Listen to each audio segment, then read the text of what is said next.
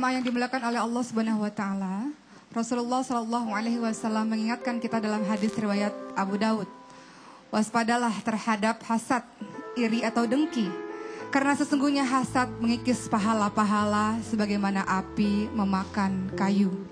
Penyakit hasad, iri atau dengki adalah susah melihat orang lain senang dan senang melihat orang lain susah.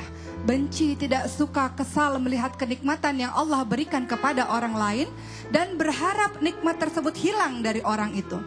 Maka orang ini yang punya penyakit hasad, iri dan dengki akan melakukan berbagai macam cara untuk bisa melenyapkan kenikmatan dari orang tersebut hingga ada dosa-dosa lain yang ia lakukan.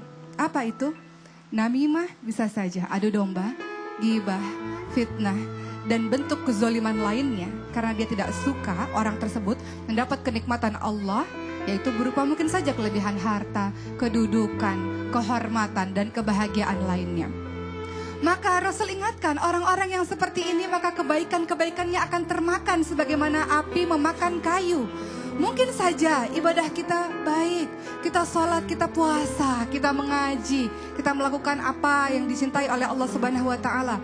Mungkin saja pemahaman ilmu agama kita baik, tapi kalau di dalam hati kita ada penyakit hati, yaitu iri, dengki, maka khawatir akan sia-sia kebaikan tersebut. Pernahkah kita mendengar dalam hadis riwayat Ahmad, Rasulullah pernah berkumpul dengan seorang sahabat dan beberapa sahabat lain. Kemudian ada laki-laki yang lewat dan Rasul katakan dia ahli syurga, dia penduduk syurga. Dan itu berlangsung selama berhari-hari. Maka Abdullah bin Amr bin Ash pada akhirnya pun penasaran, siapa orang ahli syurga yang dikatakan oleh Allah ini? Maka Abdullah bin Amr bin Ash ini pun datang menginap di rumah orang tersebut. Dan Abdullah bin Amr bin Ash melihat ibadahnya biasa-biasa saja. Orang ini melakukan sholat wajib, melakukan ibadah-ibadah wajib biasa saja.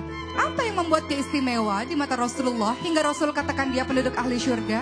Ternyata orang ini mengatakan, ibadahku memang biasa-biasa saja, aku melakukan yang wajib-wajib saja.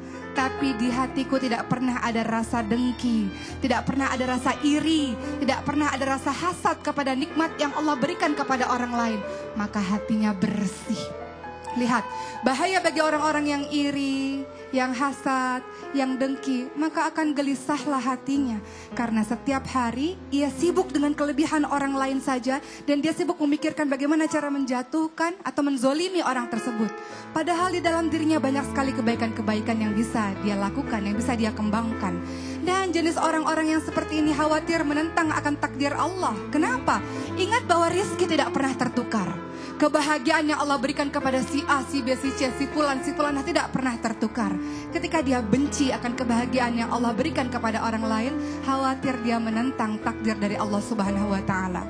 Bukankah Rasulullah SAW pernah mengingatkan kepada Ibnu Abbas radhiyallahu anhu, wahai nak, ketika semua orang di muka bumi ini bersatu untuk memberi manfaat padamu, tidak akan pernah terjadi kalau tanpa seizin Allah. Sebaliknya, seandainya seluruh manusia berkumpul untuk memberi bahaya mudarat padamu, tidak akan pernah terjadi kalau Allah tidak izinkan itu. Maka mudah-mudahan kita ingat dengan sabda Rasulullah SAW, janganlah kita saling membenci, janganlah kita saling mendengki, janganlah kita saling membelakangi, karena kita sesungguhnya hamba-hamba Allah yang bersaudara.